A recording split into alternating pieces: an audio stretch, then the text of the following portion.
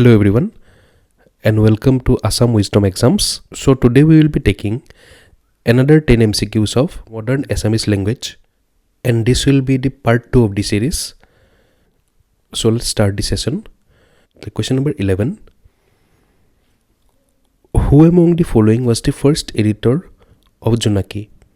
So আপোনালোকক ইয়াতে সুধিছে যে ইয়াৰ ভিতৰত উল্লেখিত কোনজন ব্যক্তি জোনাকী আলোচনীখনৰ প্ৰথম সম্পাদক আছিল? So ইয়াৰ ভিতৰত অপচন নম্বৰ A টো হয় Lakshminath Bezbaroa, then option number B Chandrakumar Agarwala, then option number C Hemchandra Goswami, and option number D Padmanath Gohain Baruah. So out of all these four options, the right answer will be option number B Chandrakumar Agarwala. আৰু তেওঁক এটা উপাধি দিয়া হৈছিলে আৰু সেই উপাধিটো হ'ল প্ৰতিমাৰ খনিকৰ. আৰু ইয়াতে আপোনালোকে ৰাইট সাইডে যোনখন ফটো দেখা পাইছে এইগৰাকীয়ে হ'ল Chandrakumar Agarwala. So let's move forward. Question number 12. অসমীয়া ভাষা উন্নতি সাধিনী সভা was formed in which year?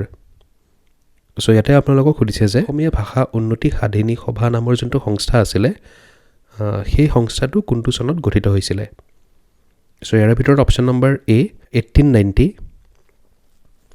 then option number B 1888, then option number C 1895, and option number D 1900.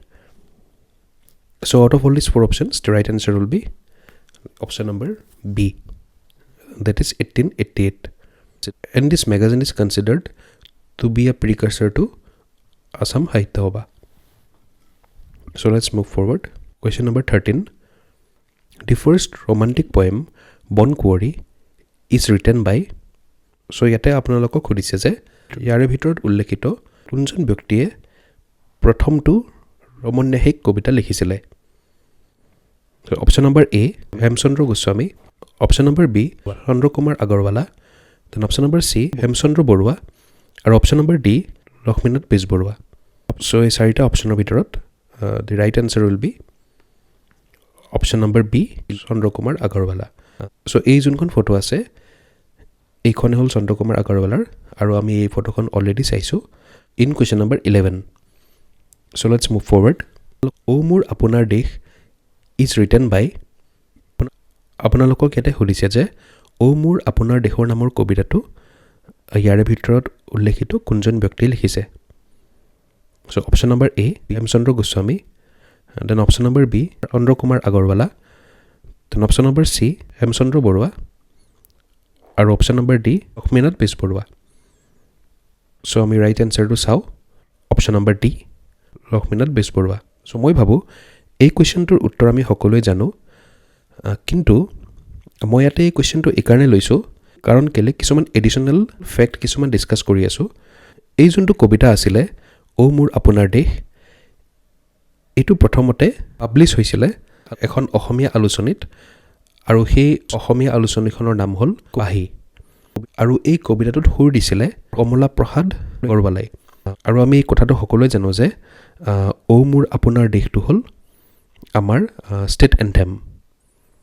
So let's move forward. Question number 15. The first Assamese sonnet, প্ৰিয়তমাৰ চিঠি, is written by. So ইয়াতে আপোনালোকক সুধিছে যে প্ৰিয়তমাৰ চিঠি নামেৰে যোনটো প্ৰথম অসমীয়া Sonet আছিলে সেইটো কোনে লিখিছিলে? অপশ্যন নম্বৰ A টো হ'ল Hemchandra Goswami, then option number B টো হ'ল Chandrakumar Agarwala, then option number C টো হ'ল হেমচন্দ্ৰ বৰুৱা, আৰু অপশ্যন নম্বৰ D টো হ'ল লক্ষ্মীনাথ বেজবৰুৱা. শুদ্ধ এনচাৰটো হ'ব option number A Hemchandra Goswami. আৰু আপোনালোকে তেখেতৰ ফটোখন দেখা পাইছে ৰাইট হেণ্ড চাইডে. So let's move forward. Question number 16. Gyanmalini is written by who among the following? So এই জ্ঞানমালিনী নামৰ যোনখন কবিতাৰ সংকলন আছিলে ইয়াতে উল্লেখিত চাৰিজন ব্যক্তিৰ ভিতৰত কোনজন ব্যক্তি লিখিছিলে?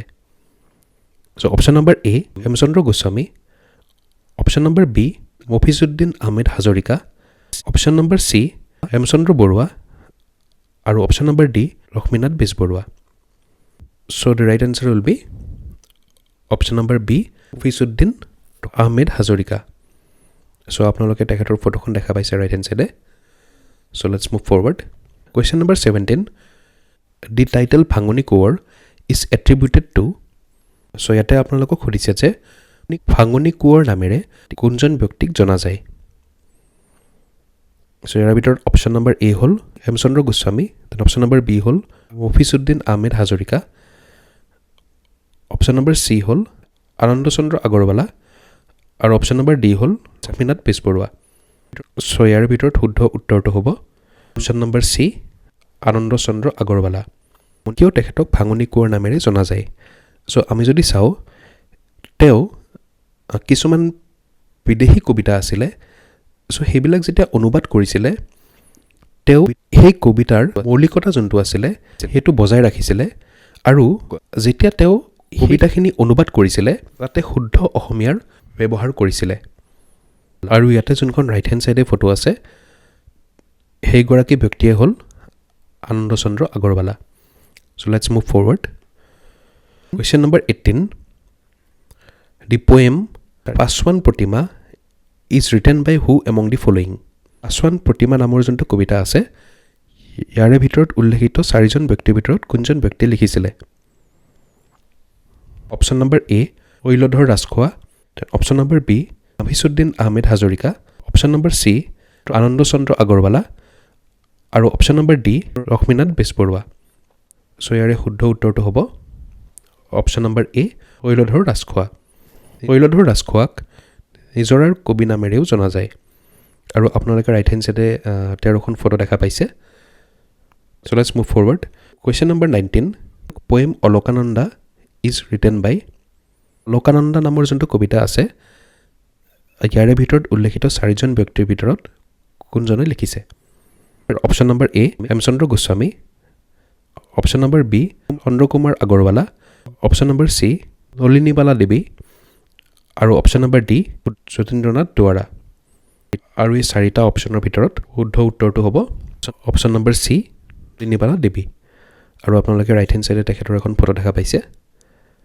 আৰু তেওঁ এই কবিতাৰ পুথিখনৰ বাবে সাহিত্য একাডেমী বঁটাটো পাইছিলে so' let's move forward question number 20 হাফিজৰ সুৰ is written by who among the following so' ইয়াৰে ভিতৰত উল্লেখিত কোনজন ব্যক্তিয়ে হাফিজৰ সুৰ নামৰ কবিতাৰ পুথিখন লিখিছিলে option number A Devakanta Barua then option number B Anand Chandra Barua option number C Ganesh Gogoi আৰু option number D Abakanta Barua so' out of all this 4 options the right answer will be option number B Anand Chandra Barua আৰু এই যোনখন গ্ৰন্থ আছিলে এই গ্ৰন্থখনত অনুবাদ কৰা কিছুমান কবিতা আছিলে আৰু আপোনালোকে ৰাইট হেণ্ড চাইডে দেখা পাইছে তেওঁৰ এখন ফটো আছে আনন্দ চন্দ্ৰ বৰুৱা দেৱক অকুলবনৰ কবি নামেৰেও জনা যায় চ' আজি আমাৰ এই ভিডিঅ'টোৰ কাৰণে এই 10টা MCQs আছিলে আৰু আপোনালোকে যদি আমাৰ এই ভিডিঅ'টো ভাল পাইছে then please like the channel and also' don't forget to subscribe to the channel